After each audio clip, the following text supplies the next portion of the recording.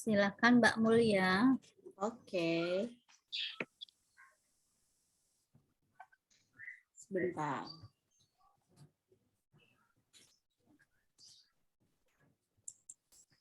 Pak Mulia cantik ya. Apa, Bu? Monggo, monggo Mbak cantik. Oke, baik, Bu. Selamat pagi, Bapak dan Ibu.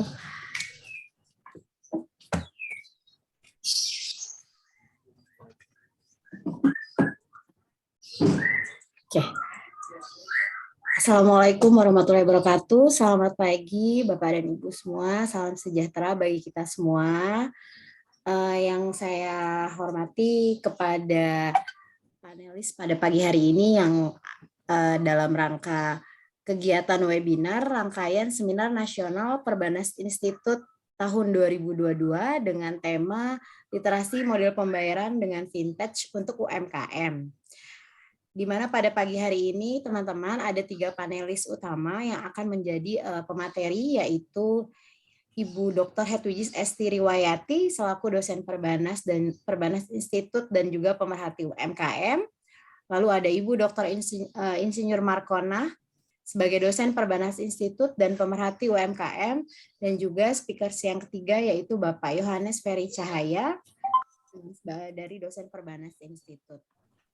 Pada pagi hari ini juga saya ingin menyapa Bapak dan Ibu dosen dari Perbanas Institut yang sudah berkenan hadir dalam room Zoom pada pagi hari ini, dan juga ada teman-teman audiens dari para mahasiswa dan pemerhati UMKM. Baiklah, langsung saja untuk mempersingkat waktu kita mulai masuk langsung kepada panelis 1, yaitu Ibu Dr. Hedwigis Esti Riwayati. Mohon izin untuk kami tayangkan riwayat singkat Ibu Esti.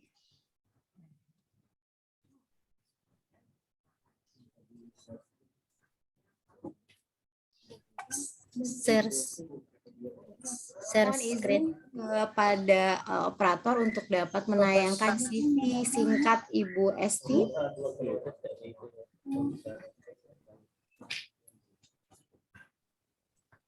Iya, saya juga belum dibuka ininya ya untuk share screen. Sudah bisa, Bu. Oh, sudah. Oke. Nggak bisa Tadi itu? nggak bisa dibuka tadi, Bu. Oke, ya. Ya sudah. Mau Mbak Mulia dulu? Ya, boleh, Bu. Nanti aku nggak bisa share dibuka. ya. Ya. Bentar, saya tutup dulu. Belum bisa dibuka. Udah. Oke. Sebentar, Bu.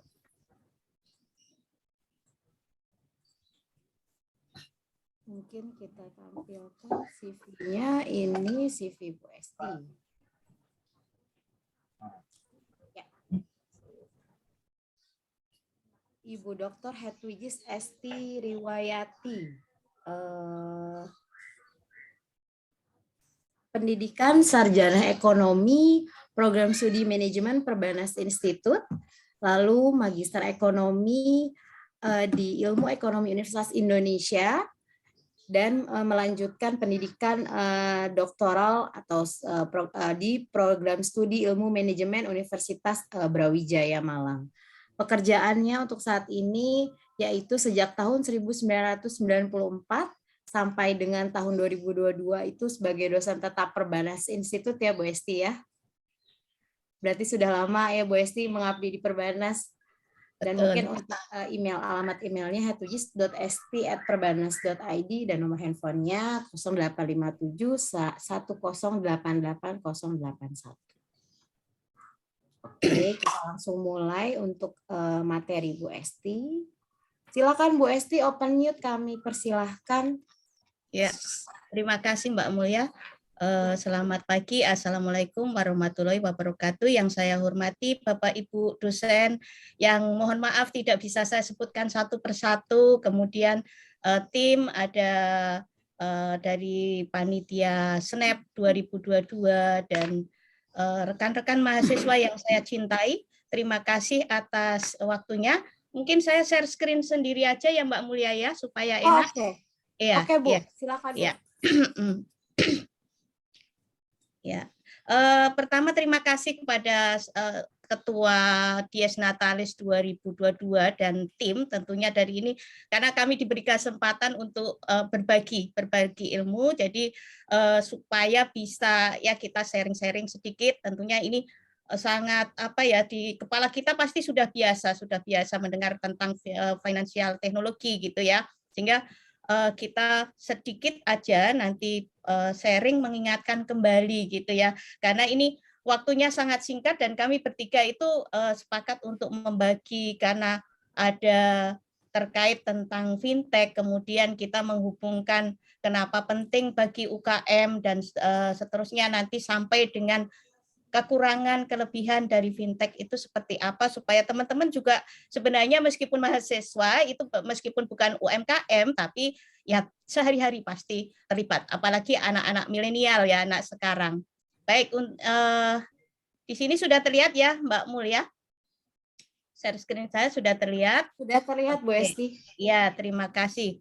Nah, ini kemarin kami bertiga ke satu tim dan di sini karena masih masih suasana kita masih masa pandemi, jadi kita selalu harus jaga jarak dan tetap protokol kesehatan, terutama teman-teman yang di kampus nih.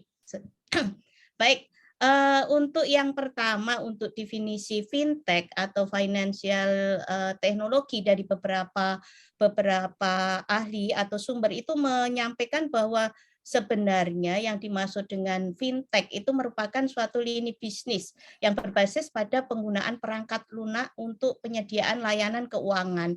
Jadi hampir sama semua ahli itu menyampaikan definisi tentang fintech.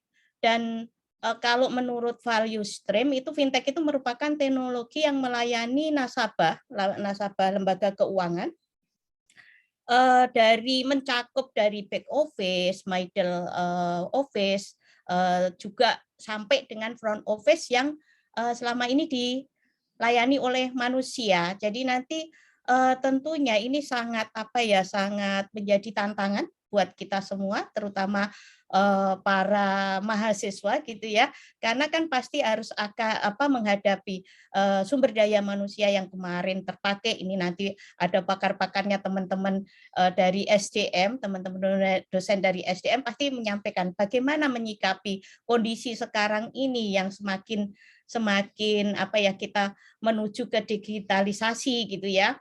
Dan yang lainnya ada Amer juga menyatakan bahwa fintech itu mengacu pada penggunaan teknologi. Jadi untuk solusi keuangan, sehingga dengan kata lain bahwa fintech ini sebenarnya menghubungkan antara lembaga keuangan maupun lembaga keuangan ini masuk di dalamnya baik bank maupun non bank. Nah, dengan teknologi. Kemudian sebentar. Oke, ini lanjutan dari definisi fintech juga masih sama. Sebenarnya intinya adalah menghubungkan atau memberikan solusi yang ada pada lembaga keuangan dengan menggunakan teknologi. Ya. Kemudian kalau menurut sekarang secara keseluruhan itu apa sih fintech itu? Mungkin setiap kali kita selalu dengar dekat sekali karena saking seringnya kita mendengar, kadang-kadang kalau ditanya apa itu fintech gitu ya, kita kadang-kadang lupa blank gitu ya. Tapi untuk sekedar mengingatkan kembali bahwa fintech kenapa kok sekarang menjadi sangat, apalagi dengan masa pandemi sampai dengan sekarang, ini fintech ini atau digitalisasi yang awalnya dimulai dari revolusi industri gitu ya, 4.0, kita masih ingat sekali di situ 2018, 2017, 2018 itu kita masih kapan nih 4 sampai 5 tahun sepertinya baru bisa tercapai orang memanfaatkan. Tiba-tiba ada pandemi. Nah, ini mendorong. Artinya pandemi kemarin itu tidak jangan kita pandang sebagai suatu bencana atau musibah, tapi dari sisi lain, dari sudut lain, kita bisa melihat dari sisi teknologi kita mendapatkan suatu loncatan yang sangat luar biasa. Kita tidak perlu menunggu 4 atau 5 tahun lagi gitu ya, tapi dengan cepat masyarakat kita cepat sekali untuk beradaptasi dan menyesuaikan. Karena apa? Kalau tidak cepat kita menyesuaikan dengan kondisi yang ada, kita menggunakan digitalisasi atau mobile banking dan sebagainya, pastinya kita akan terhambat gitu ya. Terutama nanti akan disampaikan oleh pemateri selanjutnya nanti kalau dengan UMKM itu seperti apa menghadapi fintech ini gitu ya.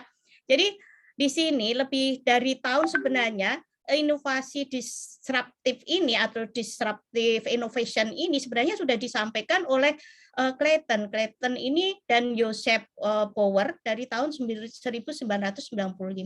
Jadi perlunya atau adanya inovasi kita menuju pada inovasi terkait dengan keuangan, lembaga keuangan gitu ya.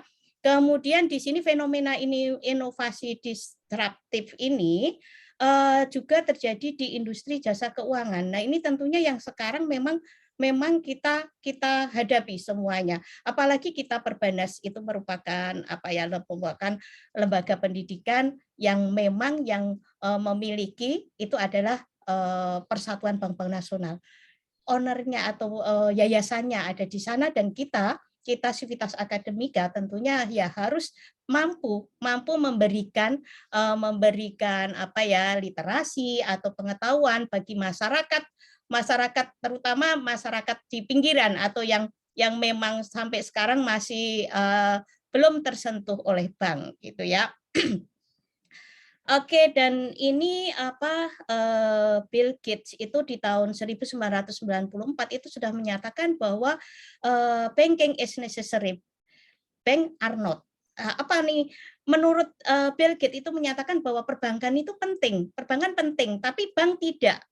Yang dimaksud apa? Bahwa ke depan di masa yang akan datang itu ya, ini bank ini akan bergerak ke arah virtual banking tanpa kehadiran bank secara fisik. Nah, ini tentunya ini menarik sekali kalau kehadiran bank secara fisik itu tidak ke depannya entah tahun keberapa atau mulai sekarang pun sudah mulai ini itu menjadi tantangan buat kita juga karena kita menciptakan suatu SDM yang unggul gitu ya. Tujuan kita kan mencetak SDM yang unggul yang siap untuk bekerja di bank dan sebagainya. Nah, ini menjadi tantangan bagi kita. Bagaimana untuk mempersiapkan supaya meskipun secara fisik itu bank tidak ada, tapi kita bisa masuk atau mencari strategi yang lain supaya SDM kita tetap terpakai dan tetap ini. Nah, ini adalah skop terkait dengan fintech atau financial technology, bahwa intinya bahwa kita itu kan digitalisasi. Digitalisasi ini sebenarnya banyak kalau kita akan bicara tentang digitalisasi itu mulai dari digitalisasi ekonomi, bidang apapun, olahraga, agama dan sebagainya itu semuanya masuk ke digitalisasi. Nah, ini terkait data maupun values-nya, uangnya itu masuk secara digitalisasi. Nah, hal-hal yang terkait dengan keuangan tentunya yang karena terkait dengan fintech tadi, financial technology, maka nanti yang masuk di dalam fintech ini nanti ada masalah pembayaran, pembiayaan, kemudian ada pengelolaan, supporting manajemen dan risiko. Ini di asuransi. Asuransi pun tadi sudah saya sampaikan bahwa fintech ini akan masuk di seluruh lembaga keuangan baik bank maupun non-bank. Nah, yang sebenarnya kenapa kok kita itu masuk ke dalam fintech mengambil yang pembayaran, karena selama ini di Indonesia itu ternyata yang terbesar memakai fintech ini adalah di pembayaran. Nah, nanti yang di hal-hal lain seperti di pembiayaan, peer-to-peer atau crowdfunding ini ada juga dia menjadi nomor 2. Kalau kita lihat sampai dengan saat ini berdasarkan data dari OJK itu bahwa fintech pembayaran itu paling besar dilakukan di Indonesia ini. Kemudian, nah ini yang tadi sebenarnya sudah saya sampaikan, mengapa harus fintech gitu ya, mengapa kita membutuhkan financial teknologi ini. Yang pertama, ini karena masyarakat itu tidak dapat dilayani oleh industri keuangan tradisional saat ini. Kenapa? Itu ada beberapa kendala yang dihadapi oleh perbankan atau industri keuangan tradisional saat ini. Yang pertama itu perbankan itu terikat aturan yang ketat gitu ya, karena masih ada beberapa regulasi yang harus diikuti atau peraturan-peraturan yang harus diikuti, sehingga kadang-kadang menghambat masyarakat, terutama masyarakat yang kurang ini, yang tidak kenal bank gitu ya. Kemudian kedua, keterbatasan industri perbankan. Industri perbankan itu kalau sampai pelosok-pelosok ini nanti tentunya sangat terbatas gitu ya keberadaannya. Dan yang ketiga itu melayani masyarakat di daerah tertentu. Ini jangkauan untuk fintech itu sampai daerah-daerah yang mungkin daerah ini, tapi nanti memang ada kendalanya juga kalau di daerah, karena fintech itu terkait dengan teknologi dan perlu suatu jaringan. Nah, kalau itu nanti terjadi lagi kendala. Oke, yang kedua, masyarakat itu mencari alternatif pendanaan selain jasa industri keuangan. Ya, selain jasa industri keuangan tradisional. Masyarakat ini memerlukan alternatif pembiayaan yang lebih demokratis dan transparan. Tentunya ini fintech yang kami bahas di sini adalah fintech yang legal gitu ya. Terus yang kedua, biaya layanan keuangan yang efisien dan menjangkau masyarakat luas. Ini yang kenapa fintech itu dibentukkan dan selalu kita tingkatkan terus, karena kita tahu saat ini juga di Indonesia itu sudah sangat ini. Ini saya tarik sedikit ke belakang. Ini adalah evolusi dari fintech sendiri. Kalau kita telaah ke belakang lagi, bahwa sebenarnya fintech itu sudah muncul dari abad 18, yaitu di 1866 sampai dengan 1987. Ini sebenarnya Keynes itu di tahun 1920 itu sudah menyatakan bahwa pedagang itu bisa menjual dengan melalui telepon, bisa dari manapun, itu dengan tanpa kendala atau tanpa kesulitan. Ini Keynes di tahun 1920. Luar biasa, ini sudah muncul fintech 1.0. Kemudian di tahun 1987 sampai dengan 2008 ini muncul Flocker ya, kalau nggak salah itu di tahun 1987 ini dengan fintech 2.0 ini muncullah ATM. Kalau Bapak Ibu ini yang seusia saya mungkin ingat pertama sekali punya kartu ATM itu di tahun 1987 gitu ya. Itu BCA kalau nggak salah yang menjadi pionir. Nah, di situ menyatakan bahwa ATM, Flocker ini menyatakan bahwa ATM itu lebih penting daripada bank. Kemudian tahun 2008 sampai dengan 2017 ini ada fintech 3.0 dan 3.5 gitu ya. Di mana ini muncul startup gitu ya. Dan di tahun 2015 itu Jack Ma itu menyatakan bahwa internet atau keuangan secara internet itu akan lebih kuat dibandingkan kita harus datang ke bank gitu ya. Dan tentunya yang sampai sekarang bahkan ada yang sudah menyampaikan bahwa kita itu mau menuju pada revolusi industri 5.0 gitu ya, tapi kita sebenarnya masih bergelut di 4.0, bahwa tentunya di sini ada suatu perubahan, semuanya perubahan mengemas bahwa seluruh bisnis keuangan itu akan dilakukan secara teknologi. Oke ya. Ini tadi yang sudah saya sampaikan.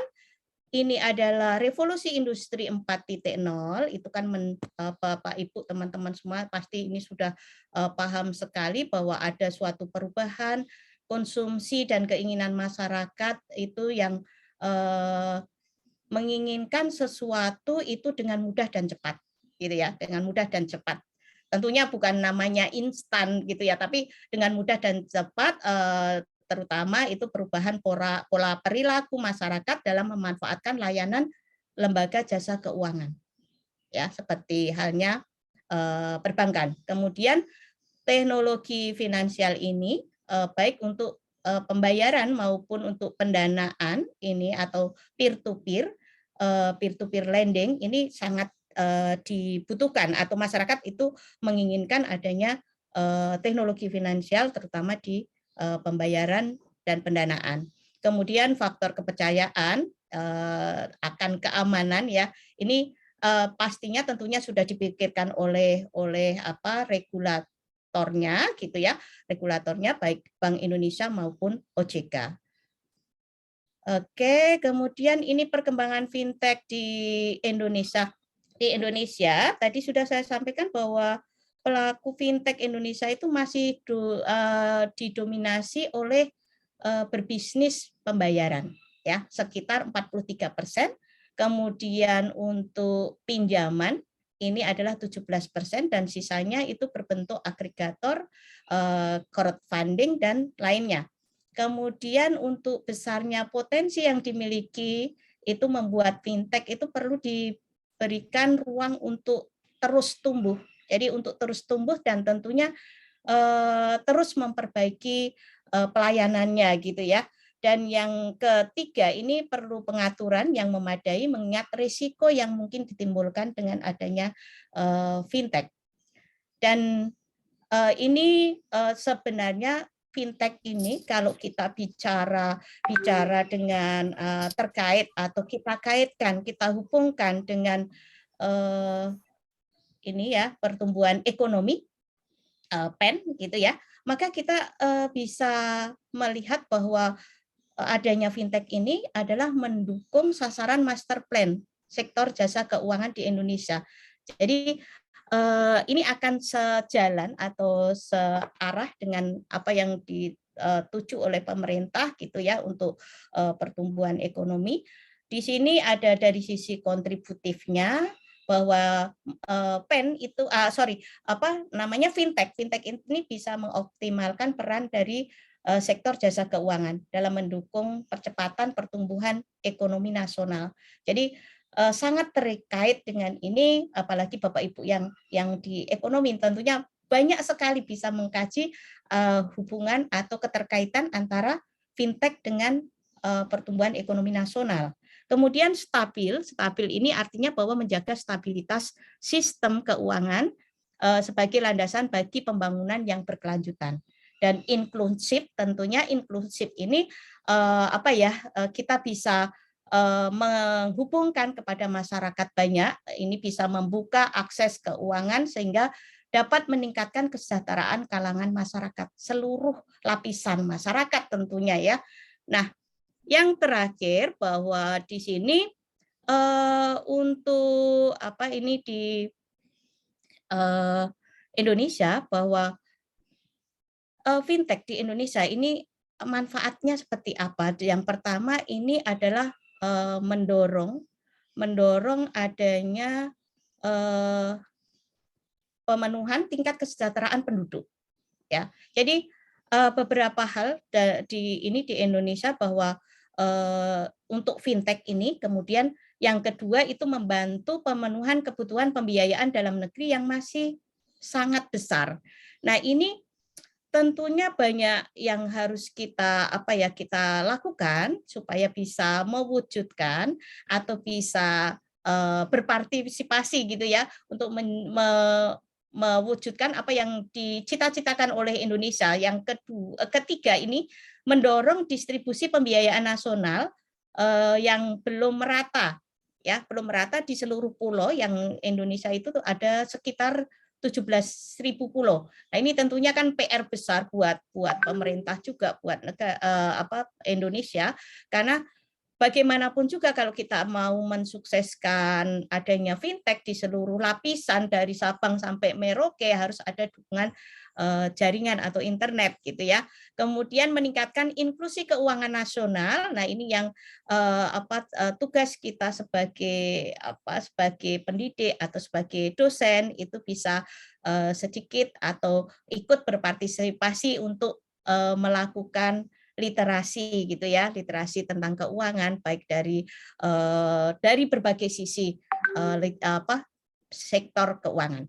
Kemudian yang berikutnya ini mendorong kemampuan ekspor UMKM yang saat ini masih rendah. Ini sebenarnya sih jauh sekali gitu ya ekspor, karena kita tahu bahwa UMKM ini di Indonesia itu kan merupakan suatu sektor atau unit yang menyumbangkan PDB atau memberikan kontribusi terhadap PDB nasional itu yang paling banyak, dan mereka juga yang menyerap tenaga kerja paling tinggi, sehingga tentunya dari dorongan dengan adanya fintech ini sangat dibutuhkan.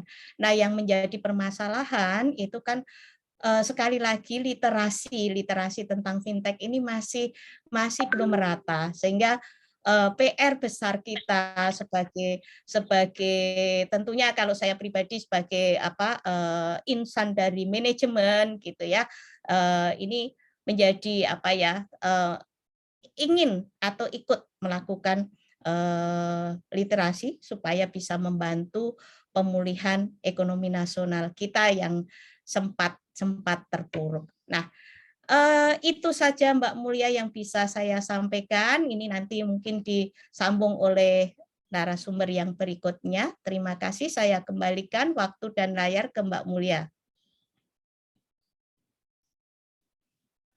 Oke, baik Bu Halo. Esti. Terima kasih Bu Esti atas penjelasannya mengenai vintage tadi ya, Bu Esti. Mungkin jadi Ibu pada pagi hari ini lebih membahas mengenai finansial teknologinya ya Bu ya. Sisinya dari mengenai teknologi untuk UMKM-nya, dan untuk mungkin jadi bisa mengetahui mengenai finansial teknologi itu yang mendasar bagi UMKM. Seperti itu ya Bu Esti ya. Ya. Jadi mungkin pada pagi hari ini mengenai literasi pembayaran untuk UMKM, literasi pembayaran mengenai UMKM terhadap financial teknologi itu dari sisi Bu Esti akan lebih membahas mengenai lebih menekankan terkait dengan teknologi yang dipakai atau yang menjadikan latar bagi para pelaku UMKM ya Bu Esti. Oke, baik Bapak dan Ibu. Mungkin kita langsung saja masuk ke panelis yang kedua, yaitu Ibu Dr. Insinyur Markonah, Ibu Dr. Insinyur Markonah, yang akan lebih membahas mengenai UMKM ya, Bu Markonah ya. Oke, mohon izin saya share screen untuk CV Ibu Markonah. Baik. Ibu Dr. Insinyur Markonah Asai MM, dosen tetap Perbanas Institut yang telah membimbing tugas akhir lebih dari 500 mahasiswa dan mengampu atau mengajar mata kuliah matematika bisnis, statistik, manajemen keuangan, IKNB, etika bisnis, dan tata kelola. Lalu yang kedua ini juga Ibu Markonah ini sebagai tenaga ahli Asosiat Ajun Aktuaris pada Konsultan Aktuaria KKA Arya Bagiastra. Dan yang ketiga, pendidikan formal Ibu Markonah ini telah melakukan studi S1 di Universitas Brawijaya, lalu melanjutkan S2 di Universitas Budi Luhur, dan melanjutkan studi pendidikan S3 di Universitas Brawijaya. Untuk Ibu Markonah mungkin mau di-share screen sendiri atau kita bantu, Bu? Sendiri aja, Mbak Mulia. Oke. Untuk Ibu Markonah, open mute kami persilahkan, Bu. Terima kasih, Mbak Mulia.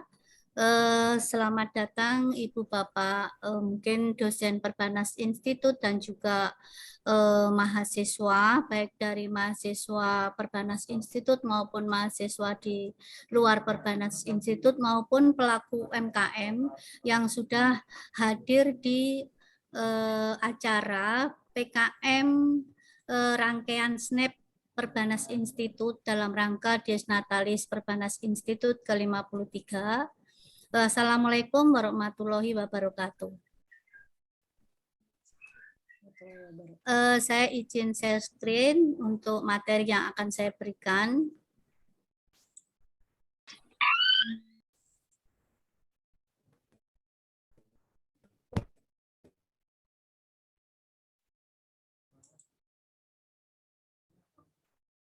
Mohon maaf, mungkin saya tidak slideshow ya. Baik, yang pertama adalah tadi sudah dijelaskan oleh Ibu Dr. Hedwigis Esti bahwa fintech itu sangat penting bagi UMKM. Nah, kenapa? Karena memang UMKM merupakan pilar ya dari perekonomian di Indonesia ini. Nah, sebenarnya apa sih UMKM tersebut? Nah, UMKM itu merupakan kepanjangannya adalah mikro kecil ya, usaha mikro kecil dan menengah. Nah, intinya apa? Berarti mencakup yang mikro, yang kecil dan yang menengah. Nah, yang mana ini merupakan salah satu model dalam kegiatan perdagangan. Nah, biasanya bisa dilakukan oleh individu maupun oleh badan usaha ya, yang mana lingkupnya memang kecil. Nah, selanjutnya pengertian UMKM sendiri itu diterapkan oleh berdasarkan Undang-Undang Nomor 20 Tahun 2008, yang mana di sini merupakan usaha yang dikelola oleh orang atau badan usaha tertentu yang kinerjanya ditetapkan ya berdasarkan undang-undang tersebut. Nah, dalam kehidupan sehari-hari ya kalau kita lihat ada toko, warung, kemudian namun ada yang lebih besar lagi ya, nanti mencakup misalkan properti dan seterusnya. Nah, kemudian selanjutnya adalah UMKM dikelompokkan dalam tadi ada usaha mikro ya, ada usaha mikro, usaha kecil dan usaha menengah. Nah, usaha mikro di sini memiliki aset paling tinggi 50 juta, kemudian omset paling banyak adalah 300 juta. Nah, usaha mikro di sini yang paling banyak digeluti oleh masyarakat kita ya. Kemudian usaha kecil yang merupakan kelompok usaha yang memiliki kekayaan bersih 50 juta sampai dengan 500 juta.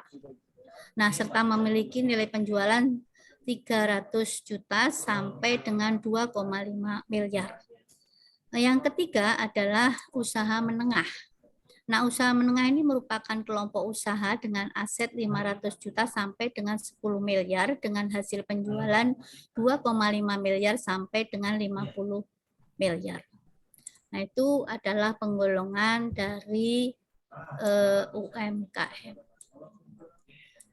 Selanjutnya adalah keberadaan UMKM di Indonesia. Seperti tadi sudah disampaikan bahwa UMKM di Indonesia merupakan pilar perekonomian di Indonesia karena walaupun kecil tetapi jumlah yang sangat besar sehingga memperkokoh perekonomian di Indonesia. Kita ambil contoh saja misalkan di dalam suatu lingkungan kita sendiri aja, misalkan di RT ataupun di RW itu salah satu ada yang misalkan menjual nasi uduk. Nah, awalnya memang tidak ada pemasukan, namun dengan adanya mereka menjual tersebut, maka anaknya bisa sekolah, kemudian anaknya pun bisa membantu. Nah, itu juga akan orang yang misal kakaknya mau cari kerja nggak dapat, nah bisa membantu di situ sehingga mengurangi pengangguran.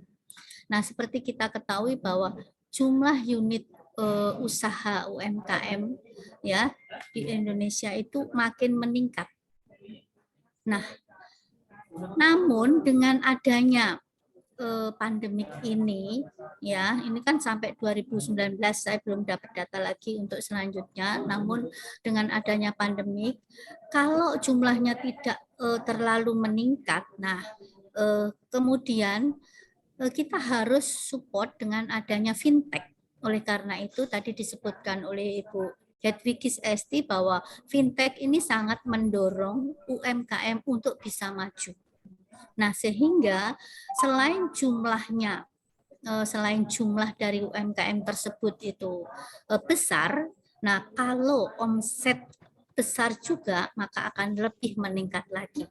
Nah, kenapa seperti itu? Karena dengan adanya fintech, orang akan cenderung lebih gampang untuk berkomunikasi, kemudian mengadakan transaksi, itu akan lebih mudah.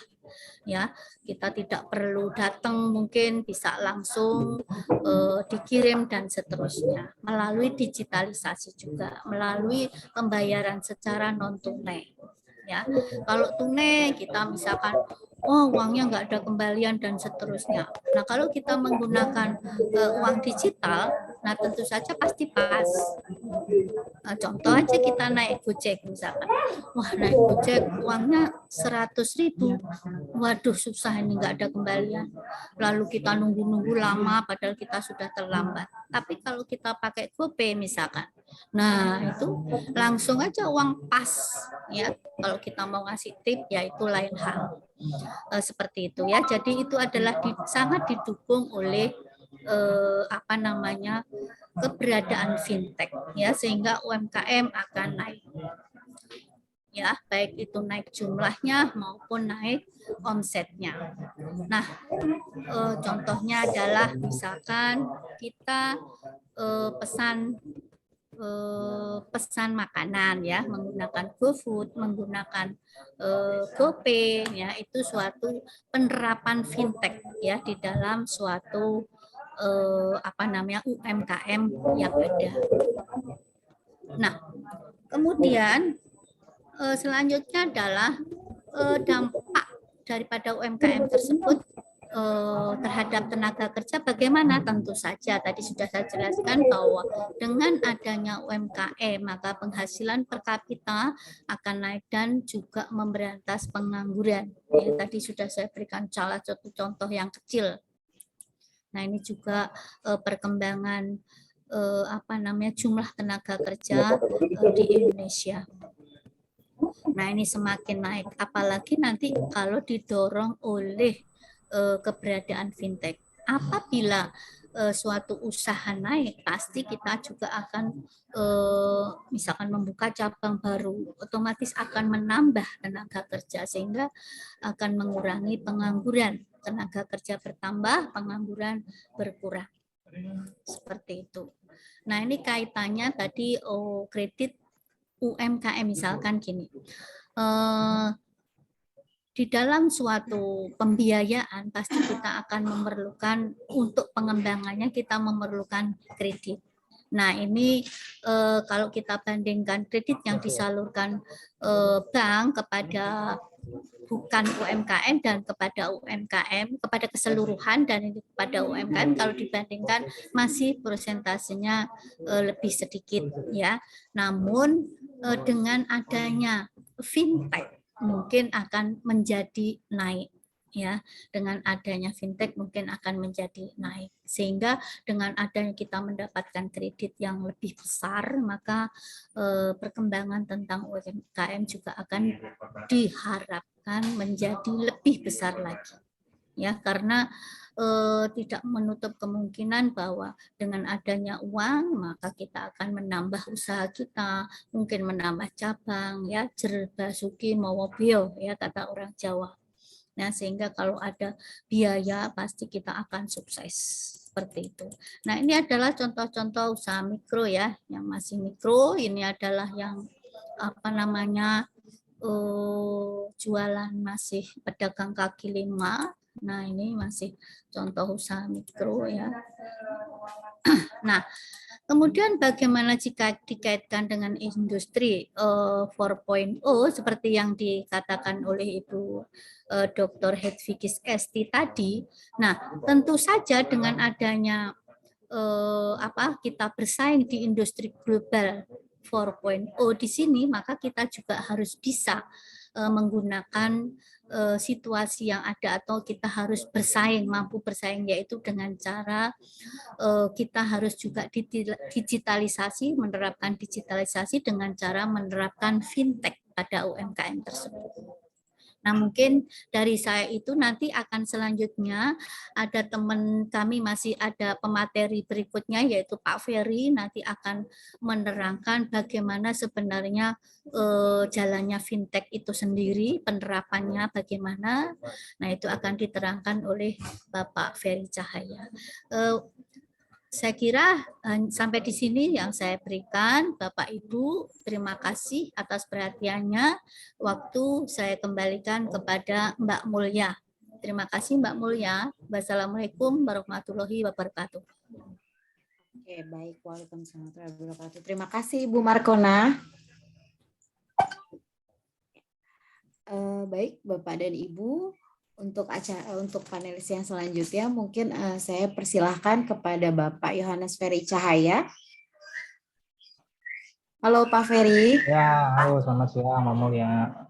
Ya, halo. Oke, Pak Ferry. Mungkin dapat dulu men-share screen untuk CV-nya, Pak Ferry? Ya, nggak usah deh, langsung aja ya, Mbak Mulya. Oke, baik. Kalau gitu Bapak dan Ibu, mungkin langsung saja masuk ke dalam materi. Waktu dan tempat kami persilakan Pak Ferry untuk open mute. Oke, terima kasih Mbak Mulya. Selamat pagi Bapak Ibu dosen dan teman-teman mahasiswa semua. Assalamualaikum warahmatullahi wabarakatuh. Salam sejahtera untuk kita semua. Ya. Nah, untuk materi yang saya sampaikan di sini sebenarnya hanya melengkapi karena semuanya memang sudah dijelaskan oleh Ibu Esi dan Ibu Markona. Mohon izin untuk share screen.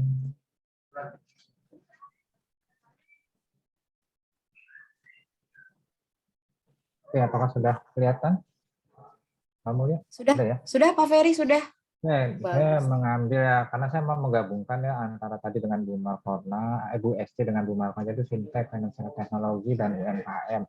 Tadi juga sudah dijelaskan oleh Bu Esti pengertian dari beberapa peneliti. Kalau saya sedikit mengambil dari pengertian dari yang oleh pemerintah Indonesia itu sendiri, itu fintech itu apa sih, ya. Mungkin hampir sama tadi ya, di sini katakan merupakan hasil gabungan antara jasa keuangan dan teknologi yang akhirnya mengubah model bisnis dari konvensional menjadi moderat, yang awalnya membayar yang harus bertatap muka dan membuat jumlah uang kas, kini dapat melakukan transaksi jarak jauh dengan melakukan pembayaran yang dapat dilakukan dengan hitungan detik saja.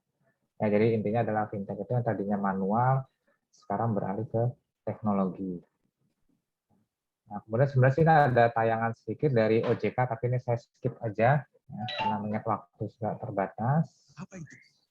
Nah, sini tadi juga sudah disinggung ya oleh Ibu Esti ya bahwa revolusi industri juga dengan fintech itu juga ada tahapan-tahapannya, dari revolusi industri dari 1.0 sampai dengan 4.0 yang sekarang kita sedang menuju ke industri 5.0. Demikian juga dengan fintech ya. Fintech Bu Esti sudah banyak menjelaskan yang dimulai dari 1866 sampai dengan sekarang ada 1.0, 2.0, 3.0 dan 3.5. Nah, kemudian untuk diri saya sendiri, dasar hukumnya apa sih fintech? Ya, karena dari saya itu segala sesuatu harus jelas, walaupun mungkin penyelenggara fintech bisa dari luar negeri, tetapi tetap Indonesia ada dasar hukumnya. Di sini diatur oleh PBI nomor 16, kemudian ada juga diteruskan dengan surat edaran SEBI, kemudian ada juga PBI, jadi semuanya sudah diatur oleh pemerintah Indonesia. Nah, untuk kurang lebih ya, untuk fintech yang ada di Indonesia ini kurang lebih seperti ini ya, ada payment ya, kemudian ada lending, kemudian ada juga insurance, providing, accounting, dan lain sebagainya. Nah, lalu sekarang untuk bank dan fintech. Ya, di sini saya contohkan di sini untuk bank. Bank itu sebenarnya juga digital, fintech itu kan juga digital. Lalu apa sih bedanya? Ya mungkin Bapak Ibu dosen yang sudah saya mungkin sudah lebih paham, saya menambahkan aja di sini. Saya contohkan adalah bank buku 4. Ya, bank buku 4 itu saya anggap adalah bank yang ya sudah levelnya tertinggi karena bank tersebut sudah memiliki aset minimal adalah 60 triliun. Di sini ada BCA, BRI, ya, kemudian Mandiri dan BNI. Nah, jadi 4 bank ini saya anggap sudah teknologinya sudah paling canggih ya dibandingkan dengan bank-bank yang lain. Yang dengan buktikan mereka masuk dalam kelompok bank buku 4. Nah, kalau kemudian dari sisi fintech-nya apa sih? Nah, sisi fintech-nya ini ya, ada beberapa ya, misalnya seperti mungkin teman-teman dan Bapak Ibu dosen, mungkin ada OVO, GoPay, Dana, Link Aja, dan ShopeePay. Nah, lalu kan kelihatannya keduanya ini kan berkompetisi ya, maksudnya wah saling menarik-narik nasabah. Tapi dengan berjalannya waktu, maka antara bank dengan fintech mereka mau tidak mau, suka tidak suka, mereka harus melakukan kolaborasi. Ya, di sini contohnya, ya misalnya ada Mandiri Kapital, Bank BTPN, ya Bukopin sudah berganti ya, KB Bukopin ya sudah bekerja sama dengan fintech. Nah, kemudian saya sedikit membahas tentang pinjaman online. Ya, karena pas ini saya jelaskan dengan pinjaman online, karena apa? Karena banyak mungkin UMKM seperti tadi dijelaskan oleh Bu Markona mungkin membutuhkan dana. Yang membutuhkan dana mungkin mereka kalau pinjam dari bank mungkin ya mungkin agak susah ya, kemudian mereka beralih ke fintech. Nah, cuman teman-teman mungkin sini juga sudah banyak mengetahui bagaimana sih yang fintech yang legal itu bagaimana, yang ilegal itu bagaimana. Jadi kalau yang legal itu pasti terdaftar dan diawasi OJK. Nah, kalau saya pribadi, saya kalau melihat lembaga keuangan itu legal atau enggak, kita bisa langsung cek di websitenya OJK. Ada nggak sih ya baik fintech maupun yang lainnya. Kalau ada, oke, berarti itu memang sudah sudah diawasi ya oleh OJK, dan nanti jika terjadi apa-apa mungkin kita bisa melaporkan ke OJK. Ya, ini ada fintech ilegalnya bagaimana, kemudian ilegalnya bagaimana, kemudian legalnya bagaimana. Nah, ini saya mendapatkan sumber dari Republika, ada beberapa ya fintech yang lending yang ilegal. Nah, jadi teman-teman dan Bapak Ibu dosen harus berhati-hati kalau menggunakan yang fintech lending itu yang ilegal. Memang sih kelihatannya sih sederhana, mungkin cepat ya, mungkin butuh dana 2 juta, mungkin nggak sampai setengah jam duitnya bisa cair, tapi mungkin banyak hal-hal negatif. Ya, mungkin teman saya juga pernah cerita dengan adanya 2 juta, mungkin dalam waktu 3-4 bulan mungkin bisa sampai 10 juta, dan misalnya toh mereka tidak membayar, mungkin kontak nomor yang ada di HP kita mungkin nanti akan diinformasikan ke semuanya. Jadi misalnya, oh saya punya utang nih, Pak Ferry punya utang nih, belum bayar, nanti semuanya akan tersebar. Nah, tadi juga Bu Mar juga sudah menyebutkan kriteria UMKM. Ya, mungkin Bu Mar saya sedikit tambahkan ya, bahwa sekarang ternyata saya cari itu ada yang PP terbaru yang nomor 7 tahun 21. Ya, tadi kalau mikro itu 50 juta, jadi teman-teman mahasiswa dan Bapak Ibu yang punya usaha itu di bawah 1 miliar itu sebenarnya kita sekarang, saya juga kaget loh, mikro itu ternyata paling banyak di bawah 1 M pun sudah dibilang mikro, yang tadinya hanya 50 juta, tapi sekarang dengan di bawah 1 miliar itu sudah dikatakan mikro. Kecil itu 1 sampai dengan 5 miliar, dan menengah 5 miliar ke atas, paling banyak adalah 10 miliar. Yaitu perbandingan dengan 2 undang-undang atau peraturan. Nah, kemudian juga tadi Bu Markona juga mencontohkan UMKM. Ya, bagaimana UMKM-nya. Nah, dari sini saya UMKM itu sekarang harus sudah mulai go digital atau go global. Ya. Yang manfaatnya adalah akan menjangkau konsumen yang lebih luas. Yang pertama, jadi dengan sudah digital, kemudian mengelola usaha dengan efisien, mungkin pencatatannya, ya kan, kemudian meningkatkan daya saing dan lebih profesional. Yang tadinya belum digital, mungkin lingkupnya tadi mungkin hanya di sekeliling, ya mungkin lingkup RT, RW ataupun kelurahan, tapi dengan digital dia mungkin lebih ke era lebih ke skop yang lebih besar. Kemudian, nah di sini saya contohkan kemarin juga saya mencari UMKM ya. Mungkin kalau yang sudah ada ya sebenarnya ini hampir sama ya dengan misalnya Tokopedia, kemudian Blibli.com dan lain sebagainya. Ternyata dari pemerintah pun ya menyediakan tempat sendiri bagi UMKM ya di sini ya. Jadi mungkin kalau di sini dia khusus UMKM. Jadi semua UMKM bisa mendaftarkan di padiumkm.id. Ya, jadi ini ya semua, jadi UMKM bisa berkumpul di sini ya. Mungkin setiap UMKM juga mencoba dari beberapa platform ya, selain dari sini mungkin juga tadi saya katakan Topet dan lain sebagainya. Nah, mungkin dari ini saya tayangan terakhir ini sedikit iklan ya dari Padi UMKM yang mudah-mudahan bisa didengar suaranya.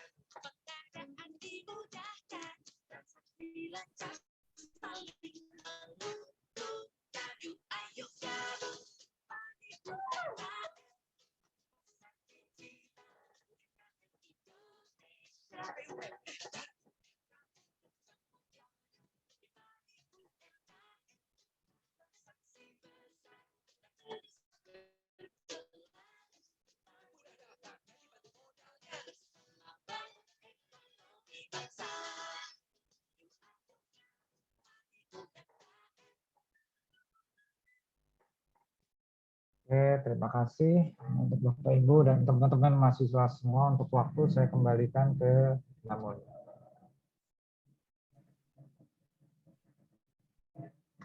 Nah, oke, baik. Terima kasih Pak Ferry. Baik Bapak dan Ibu serta teman-teman audiens mahasiswa dan para ada juga dari mungkin perwakilan dari UMKM, mungkin kita sudah masuk ada ke sesi Q&A bagi Bapak dan Ibu ataupun mungkin dari audiens. Ya, saya siap bertanya Bu Mulia, saya siap. Ya, di sini aku mau informasikan mungkin nanti dari yang dari bagi yang bertanya nanti berkesempatan untuk mendapatkan buku Indonesia Reborn dan juga buku mengenai entrepreneurship, dan mungkin bagi mahasiswa juga yang bertanya akan ada electronic wallet yang diberikan langsung ke nomor electronic walletnya tersebut. Baik, Bapak Septo. Ya. Halo Pak Septo, silakan. Halo, Pak selamat Septo. pagi. Ya, terima kasih Bu Mulia. Iya, silakan Pak Septo. Ya, siap. Ya, saya senang sekali mendengarkan pencerahan dari Ibu Esti, Ibu Markona, Bapak Ferry. Bagus sekali. Kan kita mengajar atau bekerja di universitas atau institut Perbanas ini.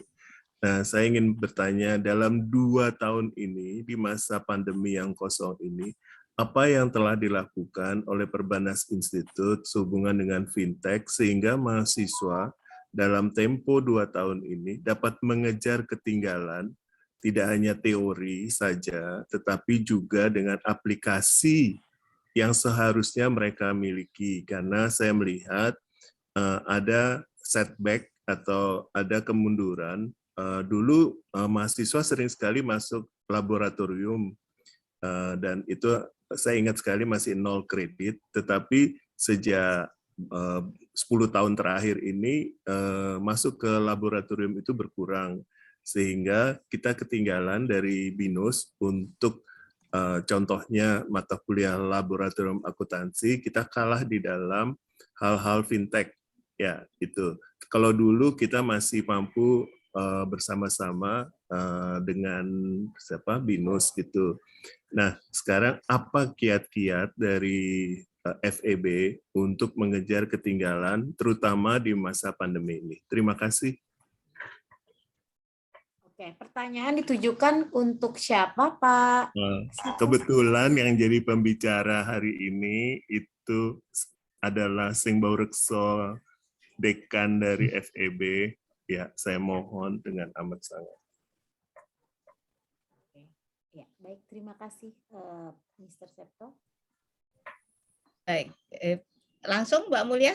Ya, silakan Ibu, mungkin langsung saja. Baik, terima kasih Pak Septo. Waduh, pertanyaannya berat sekali ini.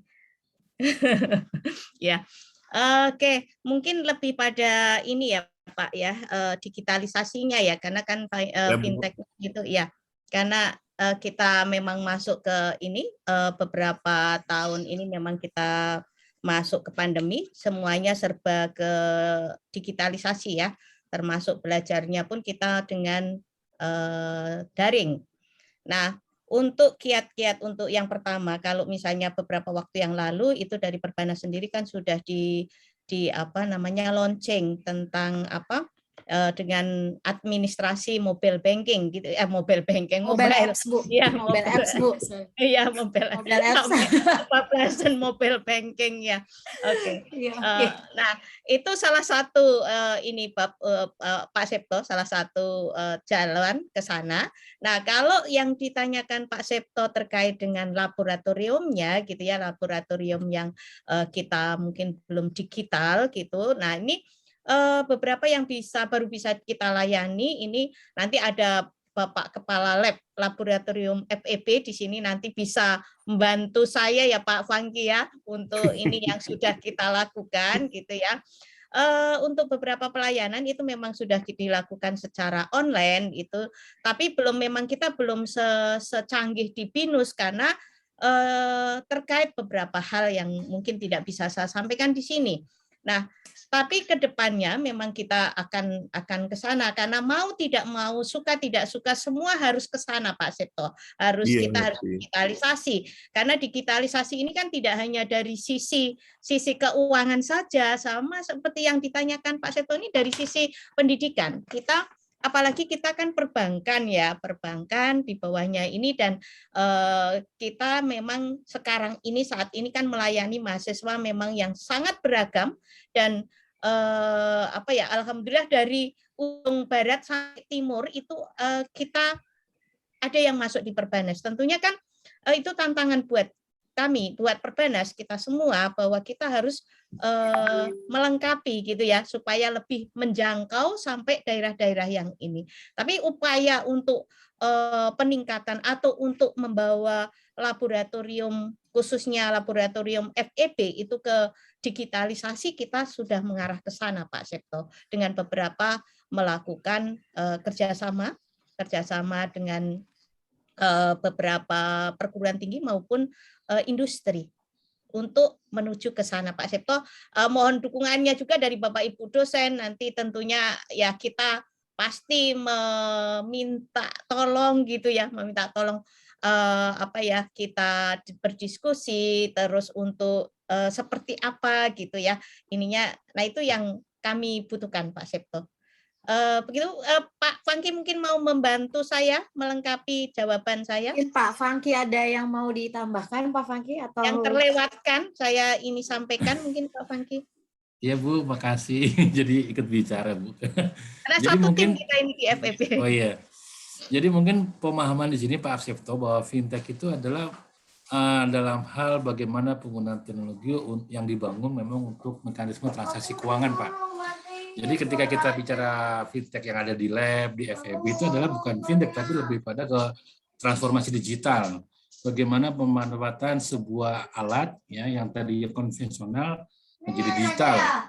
Seperti TOEFL Pak, dulu kan zaman dulu tuh UBI masih manual Pak ya, paper based Pak ya. Nah sekarang itu sudah tidak lagi Pak, gunakan paper based, kita sudah menggunakan online, pengawasan online, pendaftaran online, dan semua online. Jadi mungkin kalau memang kita lebih bicara ya, itu bukan fintech, tapi lebih pada transformasi digital. Ya, itu Pak mungkin yang bisa dijawab Bu Esti. Terima kasih Pak Septo. Terima kasih Pak Fangki. Baik Bapak dan Ibu, mungkin di sini saya ingin membacakan ada pertanyaan juga yang diberikan audiens di kolom chat. izin untuk saya bacakan dari Pak Bekman Siagian. Halo, selamat pagi Pak Bekman. Terima kasih atas pencerahannya. Maaf tidak pakai kamera. Ya, baik Pak Bekman. Saya izin bacakan ya Pak Bekman. Terima kasih atas pencerahan historinya tentang vintage dan peranannya dalam perekonomian dari Bu Esti.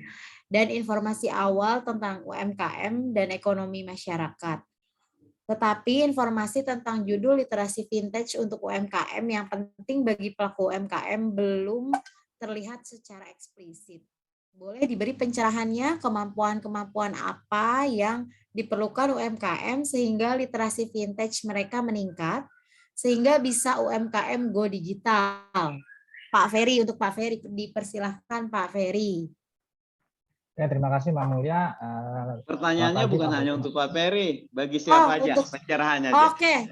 Oke, siap. Terima kasih. Oke, siap. Ya, Ya, baik. oke, terima kasih Pak Bekman.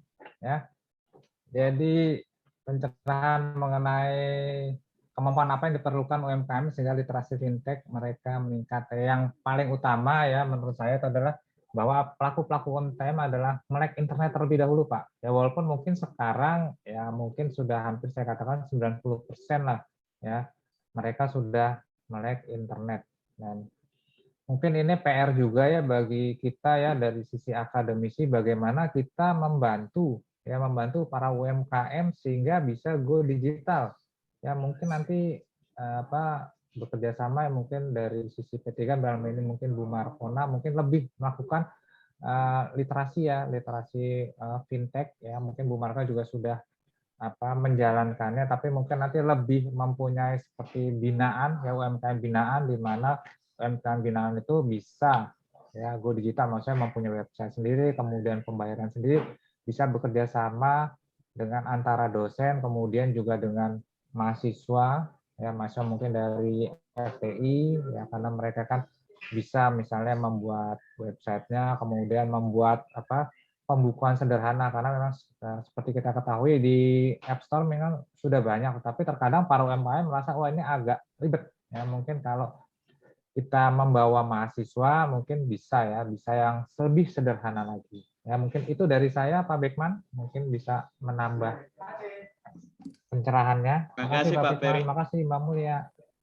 Mungkin ada Sedikit yang saya mau- menambahkan mungkin ya. Silahkan Bu Esti. Ya, terima kasih Pak Bekman. Jadi gini memang ini tadi bagus sekali yang ini kita pertama atau tujuan dari hari ini kita akan memberikan literasi dulu tentang fintech itu seperti apa, membukakan mindset buat UMKM gitu ya supaya ini nanti ke depannya seperti idenya Pak Ferry tadi nanti bisa difasilitasi oleh unit PKM kita khususnya Bu Markona ini kebetulan Bu Markona kan ada di sini. Nah, kedepannya itu seperti apa supaya kita bisa melakukan workshop langsung kepada UKM kita benar-benar PR buat kita khususnya para Bapak Ibu dosen dan mahasiswa untuk terlibat langsung memberikan literasi yang memang implementasi yang berguna, yang bermanfaat bagi UMKM itu sendiri, Pak Bekman. Jadi artinya kita tidak mau berhenti di sini, tapi kita mari bergandengan tangan bersama-sama Bapak Ibu dosen dari tidak hanya nanti fintech karena nanti kan jalannya atau kita akan melebar kemana-mana gitu ya, baik ke SDM, ke keuangan, ke akuntansi dan sebagainya. Nah itu kita bisa melakukan bersama-sama sehingga bisa kita seperti Pak Ferry tadi kita bisa punya suatu UKM yang kita bina gitu ya, sehingga kita tidak kalau pada saat kita melakukan hibah atau itu sudah punya suatu UKM binaan dari awal dari sekarang sampai dengan kita bisa atau mampu melihat UKM itu sendiri sudah sukses jalan dan nah itu pemikiran kami Pak Bekman. Jadi hari ini untuk membukakan dulu gitu Pak Bekman. Itu saja. Terima kasih. Terima kasih. Oke. Boleh komentar sedikit? Silakan Pak, silakan. Oke, boleh komentar. Saya karena tertarik sangat, judulnya itu sangat bagus. Saya baru bangun langsung nyalain laptop nih. Jadi belum Karena mandi. topiknya itu saya sangat suka. Belum Belum sisiran mandi nih. ini ya. Iya, Belum tanpa mandi. besan baru baru Ah, bangun. Oke, komentar saya pertama, kalau ini ujian skripsi nggak lulus nih, karena judulnya itu. Saya cari-cari tadi nggak ada, tapi pesannya mungkin ini tugas mendadak nih untuk Ibu Markona ini, karena saya sangat senang nih. Jadi karena kita harus membina UMKM agar bisa literasi, yang saya tangkap sebenarnya sih tadinya yang saya inginkan itu harusnya judulnya aja yang dirubah kali ya, tapi judul ini bagus, harusnya judul ini yang perlu, yaitu mungkin literasi. Kalau misalnya mikro, literasi apa yang harus kita lakukan, kalau dia misalnya kecil, literasi apa yang harus kita lakukan, seperti yang disampaikan Pak Peri tadi, mereka masalah internet sudah, atau mungkin juga sektor-sektor tertentu. Kalau tidak salah memang karena Pak Pangki juga ada di sini, udah ada survei-survei, mungkin kalau Pak Broto ada, mungkin dia bisa ikut itu. Tapi intinya sih, ya judulnya itu kayaknya perlu bertiga eksplorasi itu biar bisa kita bagi ke UMKM. Gitu, terima kasih. Ya, makasih Pak. Ini memang judulnya Bu Mar bisa sampaikan judul yang di flyer ini dengan yang ini beda Pak. Ada kesalahan teknis. Ke sana dicari-cari, yang saya kok nggak nyambung dia. bisa menyampaikan. Oke, Ya, nggak usah lah, nggak usah. Ya udahlah. Tapi judul yang di apa itu jauh lebih bagus daripada yang diceritakan di otak aku. Ya, Gitu. baik, mungkin Pak saya mau Bekman, Terima mau kasih. saya peserta loh. menambahkan. Saya peserta loh Pak, bukan tim. Nggak apa-apa, Pak. Nggak apa-apa. Tapi mungkin untuk Pak Angki tadi dengan Ibu Dekan ada komentar yang agak, pesan dari Pak Septo yang agak miss. Memang kita harus kerjasama dengan teknologi informasi nih, seperti yang disampaikan dulu, berbareng agar jangan seperti itu labnya Pak Pangki. Pokoknya harus fintech ada untuk ekonomi, gitu. Jadi Siap. jadi kerjasama aja dengan teknologi informasi. Jadi minimal perspektifnya. Terima kasih. Ya, Pak Bekman, mungkin saya mau menambahkan sedikit. Silakan. Ini mungkin ini memang awalnya aja. Nah, pengennya nanti kita bertiga itu mau mengadakan PKM lagi yang terkait dengan literasi keuangan secara detail gitu. Jadi ini masih awal dulu, dasarnya dulu. Memang pertama kita perkembangan fintech di Indonesia gitu aja. Awalnya seperti itu judulnya. Terima kasih Pak Bekman. Sama-sama. Ya. Judulnya itu sangat bagus dan perlu dikelola lebih lanjut gitu loh maksudnya. Ya. Baik Pak Bekman, mungkin Bapak dan Ibu masih ada beberapa pertanyaan lagi. Lanjut saja ya Bapak Ibu. Ini ada penanya lagi dari audiens, yaitu dari Vini, mahasiswa Perbanas, izin bertanya. Apakah fintech dapat mendorong strategi nasional keuangan inklusif atau SKNI di negara Indonesia?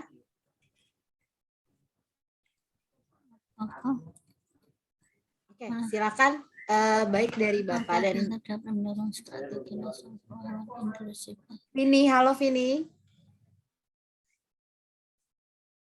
Mungkin dari Pak Ferry, Bu Esti, dan Ibu Markona, mungkin mohon perkenan untuk dapat memberikan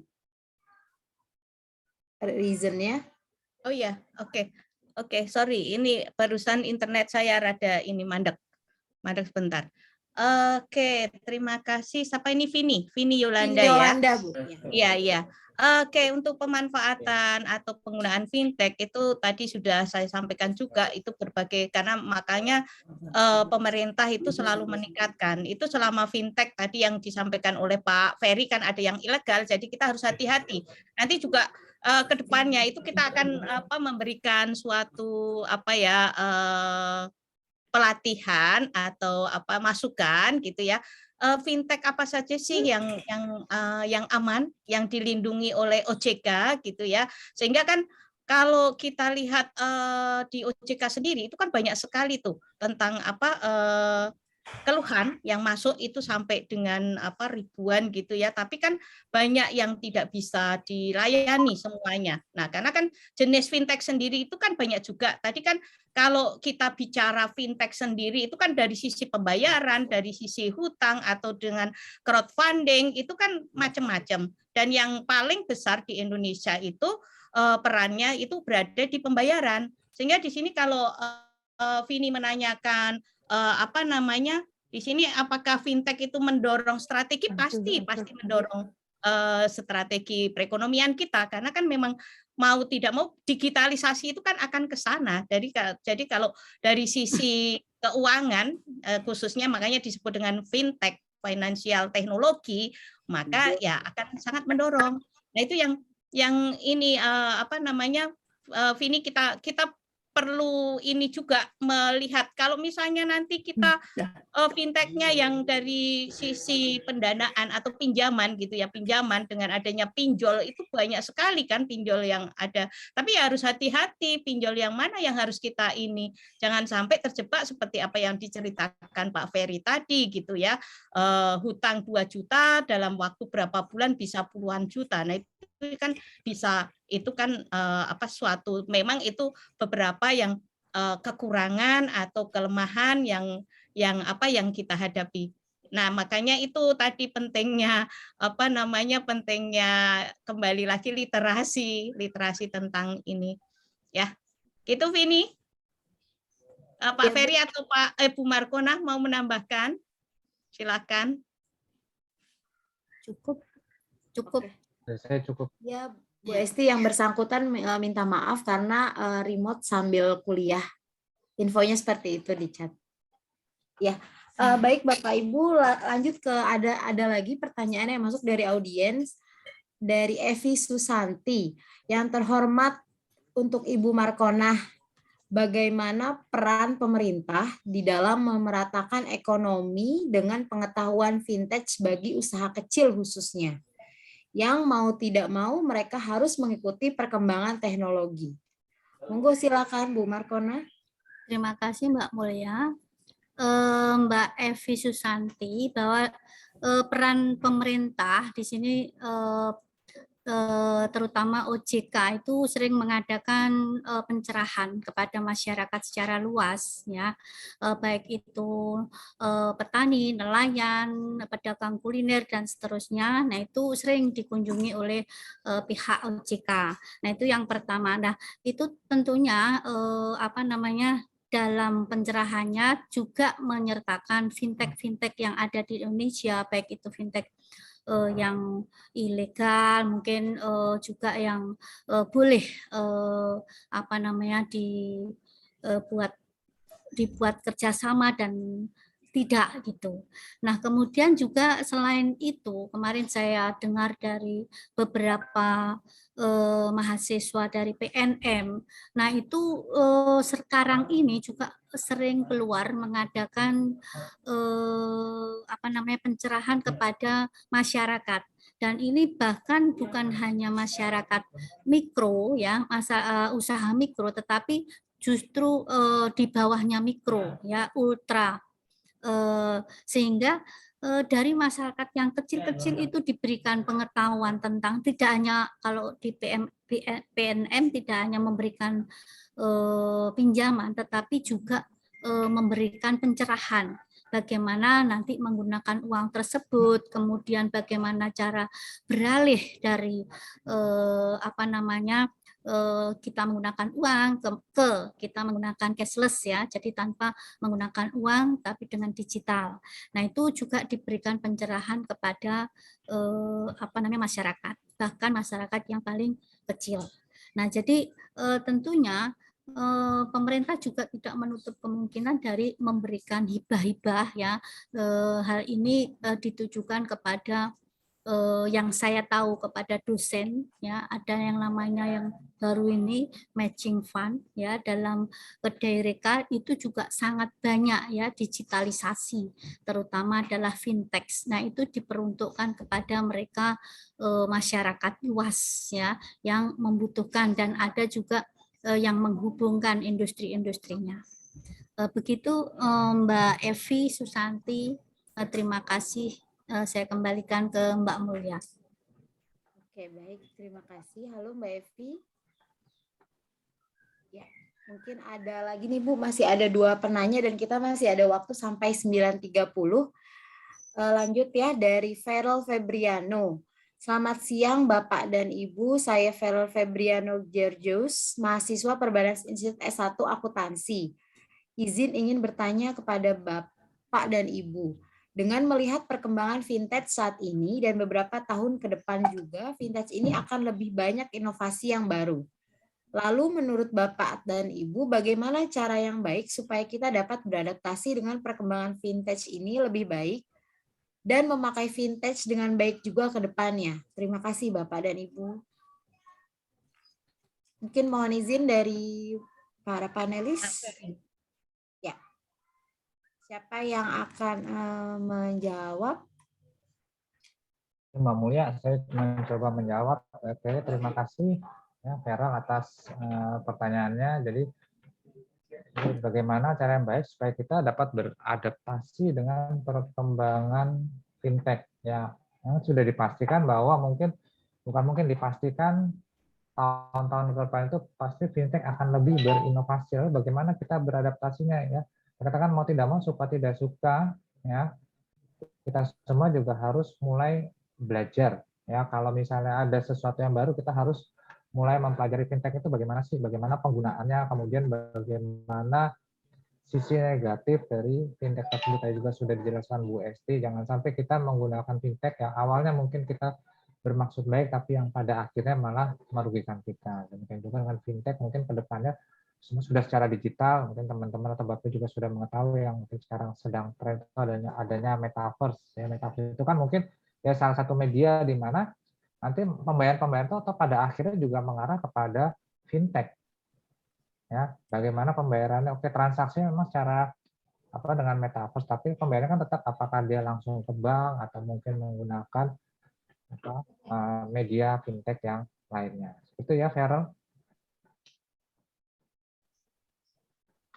Halo Feral. Ya, mungkin Udah kuliah. Ya, mungkin satu lagi ada pertanyaan dari Virgi Dian nih Bu Esti. Kebetulan Virgi ini dari Setia Jaya Kusuma. Selamat pagi Bapak dan Ibu semua. Perkenalkan saya Virgi Dian dari Setia Jaya Kusuma. Terima kasih atas penyuluhan tambahan pengetahuan mengenai fintech-nya. Maaf saya tidak bisa untuk open mic karena sedang di kantor.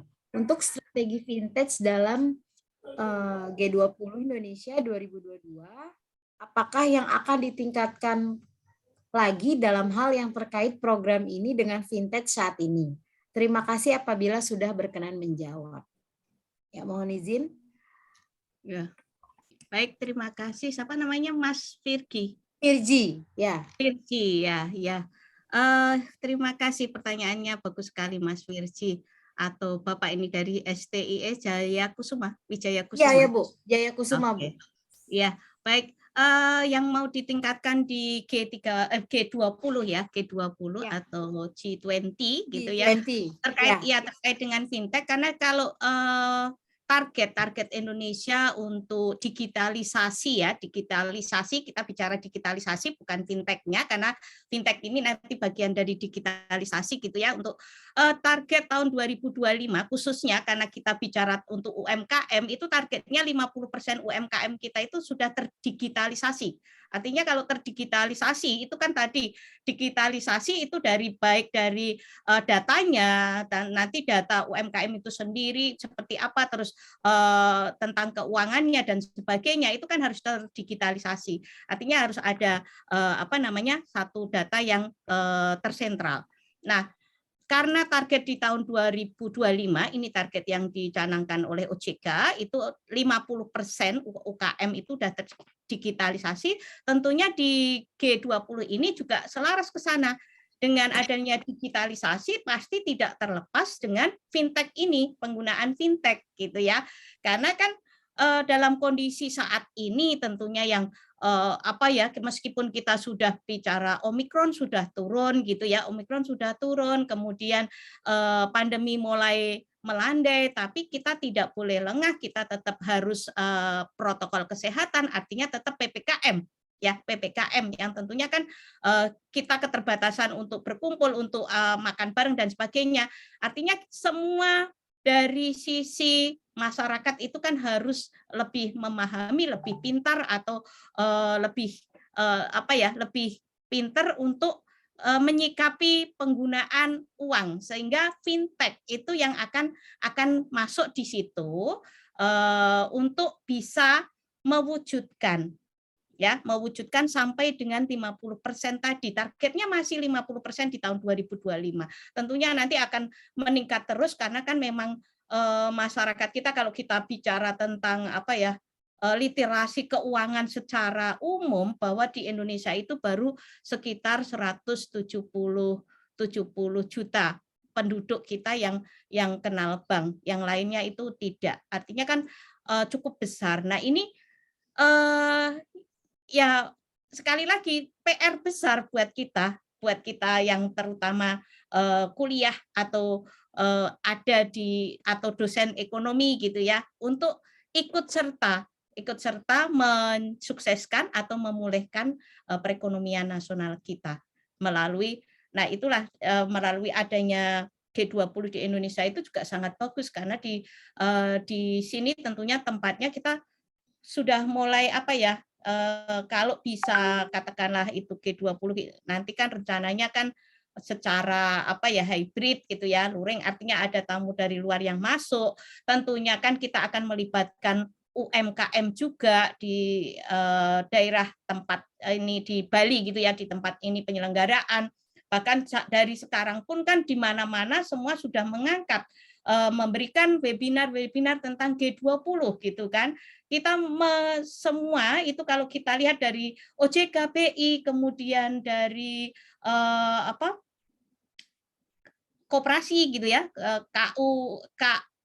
KUMKM gitu ya, Kementerian Koperasi, itu kan semuanya pasti melibatkan, setiap kegiatan sudah melibatkan UMKM gitu ya, dengan berbagai kalau kita lihat teman-teman misalnya kalau selalu ikut itu ya, kita ikut dalam kegiatan G20 itu, semua fasilitas, semua apa ya yang diberikan kepada peserta itu hasil dari UMKM. Dan tentunya ini UMKM sendiri kan juga pelaksanaannya atau untuk pengadaannya itu juga menggunakan fintech tadi, karena mereka bekerja sama. Ini nanti dari produk dari siapa, kemudian nanti ditempel oleh bank, baik itu BRI, BNI dan sebagainya. Itu yang bisa saya sampaikan. Terima kasih. Baik, terima kasih Bu Esti. Mungkin dari Mas Firji. Baik. Halo, Mas Firji. Ya. Oh iya Bu, terima kasih Bu Esti dan Bapak Ibu yang lain atas penjelasannya. Baik Bapak dan Ibu, mungkin waktu kita hanya tinggal 2 menit lagi nih. Bu Esti izin mau diputarkan tetap videonya atau langsung ke closing maps-nya saja? Mungkin karena waktunya sudah mepet, langsung ini aja ya, karena video itu lumayan ya. Ya, 4 menit Bu. Iya, ya, nanti kasihan Bapak Ibu yang mau lanjut ke ini, ke room lainnya. Ya, silakan Bu Esti mungkin bisa langsung untuk closing saja. Ya, mungkin ya ini buat kita semua, ini kan juga sekali lagi ini kan PR besar kita semua gitu ya. Jadi kalau saya bisa menyimpulkan bahwa dengan adanya kehadiran layanan keuangan berbasis teknologi atau fintech ini di Indonesia itu telah menjadi suatu keniscayaan ya, sejalan dengan perkembangan teknologi informasi dan komunikasi, terlebih di masa pandemi ini atau masa new normal.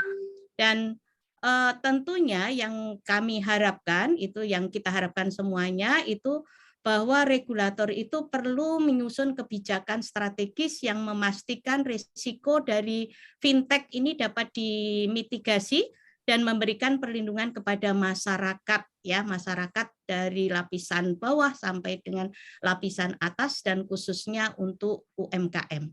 Demikian Mbak Mulia. Oke, baik Bu Esti.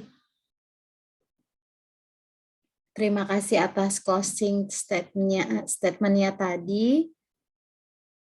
Ini saya sudah diingetin terus nih Bu sama panitia Snap nih Bu. Oh, kita ini ya. Ya, mohon maaf. Sebenarnya masih ada yang mau bertanya Bu. Oh, boleh nanti Japri aja ya. Tapi dia mau ini Bu, saya sudah bilang katanya dia tapi agak panjang, boleh saya secara lisan. Boleh nggak nih dari panitia Diva kita boleh minta waktu 5 menit, Diva? Oke, silakan. Silakan untuk Mas Amru Fernando, mungkin bisa langsung secara lisan bertanya. Ya, terima kasih. Selamat pagi Bu Esti, Ibu Markona, dan Pak Ferry. Saya mahasiswa Perbanas, kebetulan periode sebelumnya ada mahasiswa BLKL dari Pak Ferry, saat ini mahasiswa statistik dari Ibu Markona. Saya ingin bertanya, selama ini kan pembahasan dari OJK atau tema-tema literasi dan inklusi itu kan tentang perlindungan konsumen. Tapi bagaimana tentang perlindungan UMKM bagi penggunaan fintech, terutama P2P lending-nya? Kenapa? Karena ketika saya mempunyai bisnis, tanda kutip UMKM, ketika saya mengajukan pinjaman dalam P2P lending itu menjadi kredit produktif. Tapi ketika saya terkena imbas dari pandemi, itu dibaca oleh P2P lending-nya itu menjadi kredit konsumtif. Jadi saya tidak bisa mendapatkan restructure atau dan lain-lain seperti itu. Bagaimana perlindungan terhadap UMKM yang memakai P2P lending itu tersebut? Terima kasih. Baik, terima kasih Mas Amru Fernando. Ya, Pak Ferry atau Bu Mar yang mau menjawab, silakan. Nanti saya tambahkan. Halo? Yang ditanyakan tadi tentang apanya tadi? Coba garis besarnya tadi pertanyaannya berarti apa? Perlindungan UMKM terhadap P2P lending, Bu. Karena selama ini kan perlindungan konsumen. Sedangkan perlindungan konsumen itu selalu kreditnya kredit konsumtif, Bu. Sedangkan kredit dari UMKM adalah kredit produktif, maaf. Itu belum ada saat ini untuk perlindungannya, Bu, menurut saya. Baik, terima kasih. Mungkin saya mau mencoba menjawab. Nanti bisa ditambahkan oleh Bu Esti dan Pak Ferry. Yang pertama adalah kita tahu bahwa di OJK ada peraturan ya yang menyatakan bahwa seluruh industri keuangan, baik itu bank maupun non-bank, itu harus ada izin dari OJK. Itu yang pertama. Kemudian selain itu juga kita harus mematuhi peraturan yang lain. Katakanlah di situ izin pasti ada syarat-syaratnya ya tentu saja. Nah, untuk kita tahu bahwa itu ada izin atau tidak, kita bisa buka di web OJK. Nah, selain itu juga kita harus mematuhi peraturan dari Bank Indonesia ya. Nah, untuk peer-to-peer lending yang mana di situ tentang konsumtif atau produktif, kita juga bisa lihat di situ dari web dari peer-to-peer lending tersebut. Selain itu juga mungkin kita sendiri bisa melihat berapa sih imbalan yang harus diberikan. Nah, itu merupakan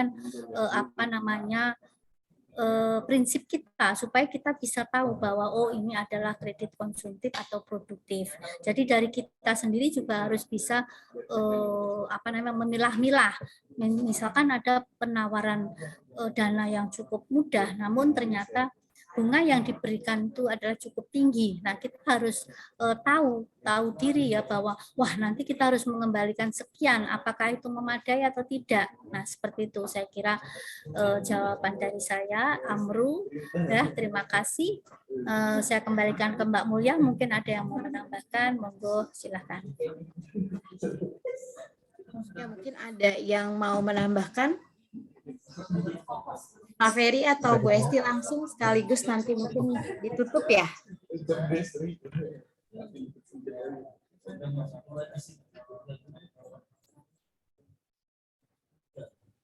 Tapi mau menambahkan tadi? Enggak?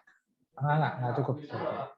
Oke, kalau saya rasa sih sudah cukup ya, karena kita waktunya juga udah habis. Mas Amru, mudah-mudahan ini bisa ya terjawab, karena sebenarnya perlindungan untuk UMKM itu pasti ada, Mas. Tapi mungkin ini ada miskomunikasi pada saat kenapa kok dari peer to peer menjadi yang konsumtif, yang tadi produktif gitu ya, menjadi konsumtif, karena itu mungkin karena ada perubahan atau mungkin ada hal yang komunikasinya kurang kurang transparan. Nah, itu yang harus dicari oleh Mas Amru. Tapi mudah-mudahan ke depan ini kan memang pemerintah itu sangat concern ke UMKM. Jadi dengan sebisa mungkin tidak akan merugikan UMKM. Tentunya kalau ada kasus seperti ini, Mas Amru bisa menanyakan lagi gitu ya, membuat semacam pengaduan gitu ya, karena memang kalau di awal itu sebagai UMKM dengan pinjaman, kenapa kok tiba-tiba bisa menjadi kredit konsumtif yang tentunya bunganya kan sangat bombastis gitu ya kalau kredit konsumtif. Nah, itu yang mungkin perlu disampaikan dan diadukan, karena terus terang kalau UMKM ini banyak sekali kok untuk yang melindungi atau yang menjadi konsultannya gitu ya, sehingga pastinya akan ditindaklanjuti dan pasti tidak akan merugikan gitu ya, merugikan UKM. Itu saja Mbak Mulia yang ini. Mas Amru bisa ini? Ya, Masih terima kasih Bu Esti. Ya, terima kasih Bu Markona dan Pak Ferry. Terima kasih semua. Ya, makasih Mas Amru. Oke, baik Bapak dan Ibu, mungkin karena waktu juga, jika memang masih ada pertanyaan yang masih menjadi pertanyaan ya Bu Esti, mungkin bisa nanti langsung ke WhatsApp pribadi saja ya Bu ya. Boleh ya. Bisa Ya, dicatat email atau HP saya ya. Mungkin lebih ke email aja, kalau HP suka ini kelewat ya.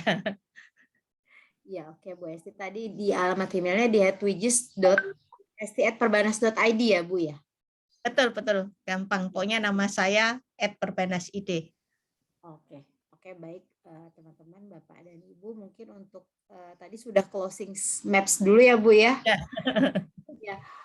Mungkin ada lagi mungkin dari tambahan dari Bu Markona dan Pak Ferry untuk acara hari ini.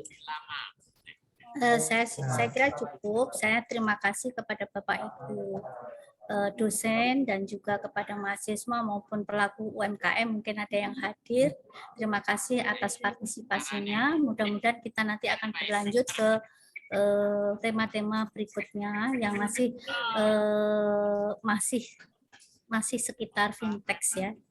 Masih sekitar fintech. Terima kasih Mbak Mulia. Ya, mungkin sebelum kita tutup, kita coba minta dimohon untuk kepada audiens untuk dapat menyalakan kameranya. Ya, kita untuk sesi foto bersama dahulu.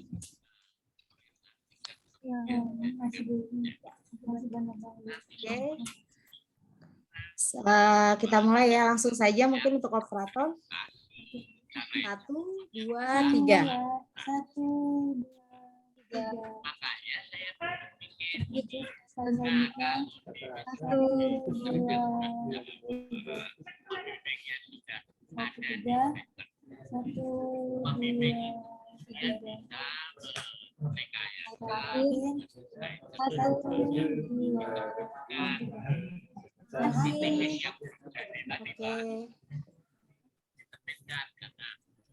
Terima kasih kepada para audiens yang sudah hadir dan juga mungkin ada perwakilan UMKM serta Bapak dan Ibu dosen yang tidak bisa kami sebutkan satu-satu, dan juga kepada para panelis yang sudah dengan terburu-buru ya Bu sebenarnya ya menyiapkan. Mbak Mulia, mumpung ingat tolong absensi sama nomor penanya mahasiswa tadi untuk ini. Oke, baik Bu, saya sudah catat. Press e-walletnya. Oke Bu, nanti kita menghubungi Mbak Mulia ya, tadi yang para penanya mahasiswa, ya Bapak Oke, Bu, nanti untuk dapat buku ya. Ya Bu. Oke, baik. Ini langsung saja ya, Bu ya. Mungkin langsung sudah ditutup ya. Ya. Terima kasih Bapak dan Ibu atas kehadirannya pada webinar hari ini yang mengangkat lebih.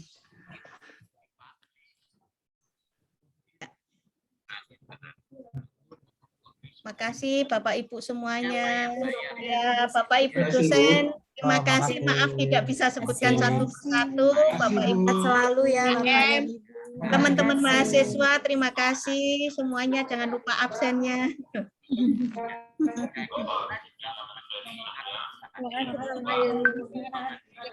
Ya, makasih.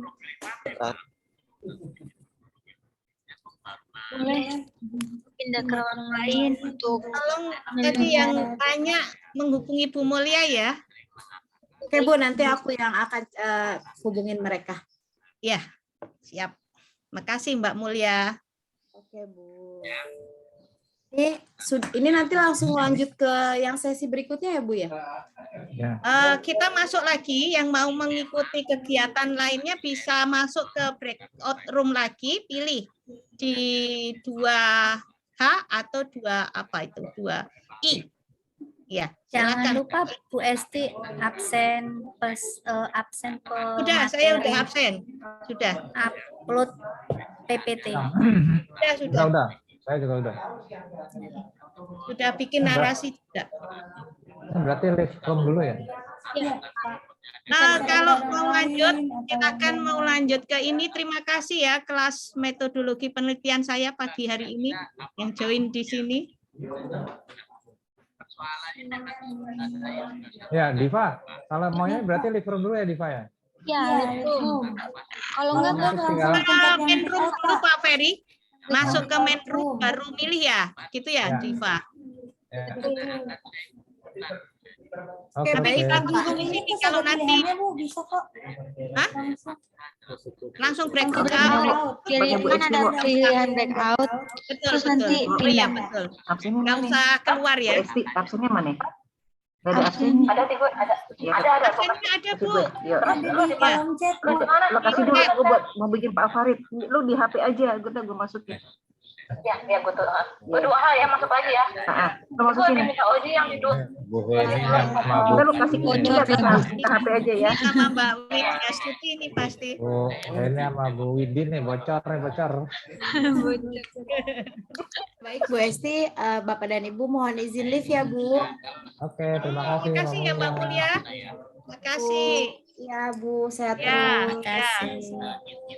Ya. Bocor ya, bocor ya. Ya, bocor Bu Edi. Ya Mbak Heni, sehat-sehat ya Mbak Heni. Ya, makasih Bu Esti. Ibu juga sehat ya beserta keluarga. Amin. Ini setelah ini apa langsung ganti orang? Enggak Pak, yang ini nanti roomnya ditutup. Iya, Nanti kok nggak ditutup. ditutup? Yang lain. Bu, keluar aja Pak, nggak apa-apa. Boleh kok. Ini mau dipakai. Oh ini nggak dipakai. Udah nggak dipakai yang room ini. Iya, makanya kita nunggu yang lainnya. Out Yang ya, Bu, lainnya ya? keluar kembali ya. Atau mau Diva yang nunggu? Aku tak cari. Aku aja yang nunggu apa-apa Bu. Oke, makasih ya Diva. Bu, sama-sama Bu Esti. Ya, Pak Ferry makasih. Ya, makasih Bu Esti. Kita lanjutkan nanti ya, langsung Ya, ke oke. itu KM langsung. Oke. Ya. Diva, room ini dipakai siapa nih Diva? Setelah Ini room ini nggak dipakai lagi Pak. Nanti jam 10 ditutupnya. Jadi jam 10 dibersihin dulu baru bikin room yang baru untuk sesi selanjutnya gitu. Pak. Oke. Sip. Makanya Oke, tadi oke, kita makasih. bisa molor gitu ya. Iya. Kalau nggak bisa molor. Iya. Molornya banyak banget ya Diva. Lumayan Bu, 45 menit lah Bu, nggak apa-apa. Nah iya makanya. Kan kita Saya nggak. pamit dulu ya Bu. Iya Bu. Oke, makasih Saya Mbak pamit dulu ya Bu Heni. Esti. Pamit semuanya. Ya, Pak Ferry, makasih aku juga pamit Diva. Iya baik Bu.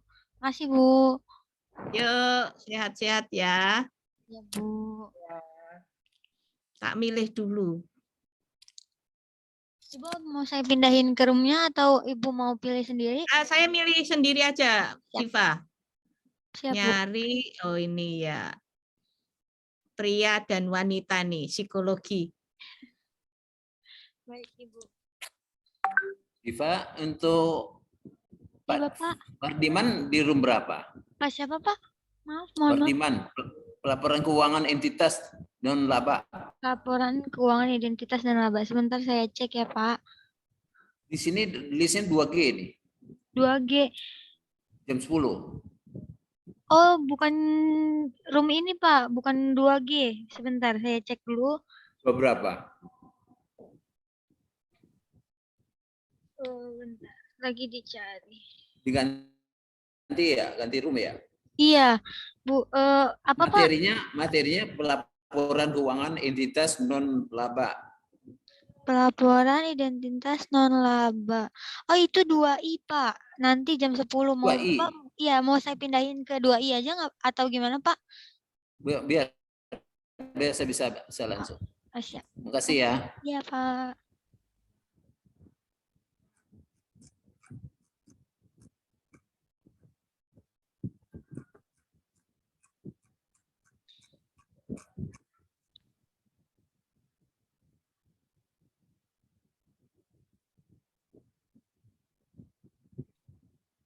Betul 2I ya?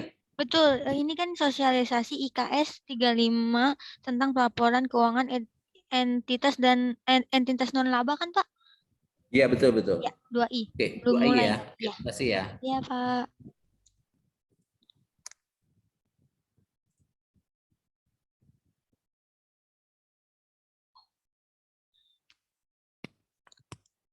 Untuk Pak Septo, mungkin saya mau masuk ke rumah yang lain atau gimana?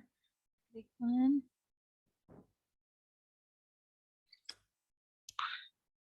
Bu Erni.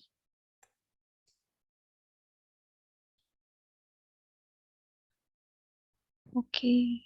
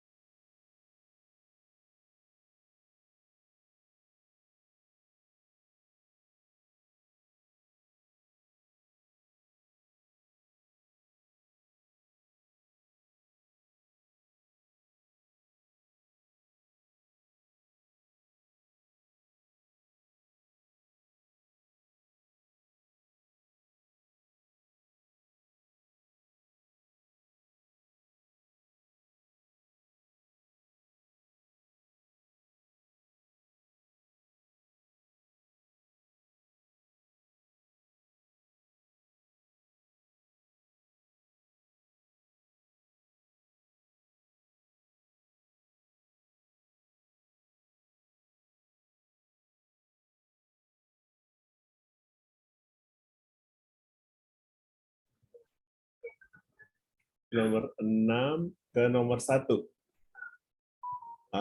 Aktif sama sering bertanya itu diligent ya? Oke, gini, diligent itu sebenarnya adalah bapaknya dari nomor 1, nomor 2, nomor 3, nomor 4, ya, nomor 8, ya kan? Diligent itu adalah bapaknya, ya, the main idea of 1, 2, ya, 3, submit an assignment on time itu kan berarti diligent ya? Oke, come on time diligent nggak? Oke. Selalu bertanya, aktif di kelas, diligent tidak? Ya, jadi diligent terlalu tinggi untuk paragraf ini. Jadi saya buang ya. Oke, apalagi? Tunggu ya. Bentar. Oke, Diva. Mbak Diva. Pak. Bapak bisa dimasukkan ke 2B. Oh, bisa, Pak. Thank you very much. You're welcome. Yeah, I appreciate that one. Saya pindah ya, Pak. Langsung Bapak Septo ya. Bapak Septo. Langsung saya pindah dah.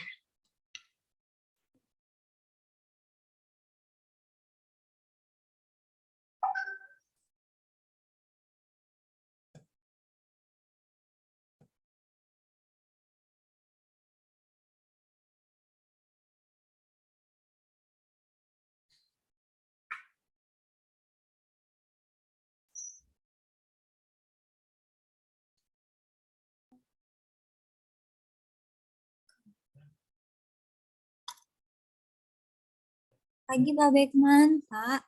Mau dipindahin ke room yang lain atau gimana, Pak? Pak Bekman. Tanya saya, Mbak.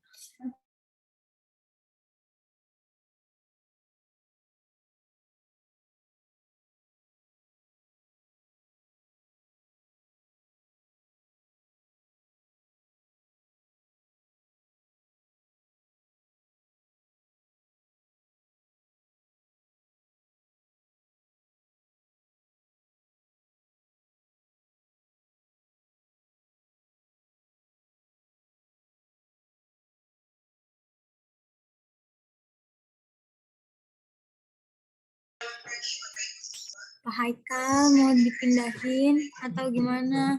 Pak Wil dan Haikal. Bu Erni. Pak, Bu.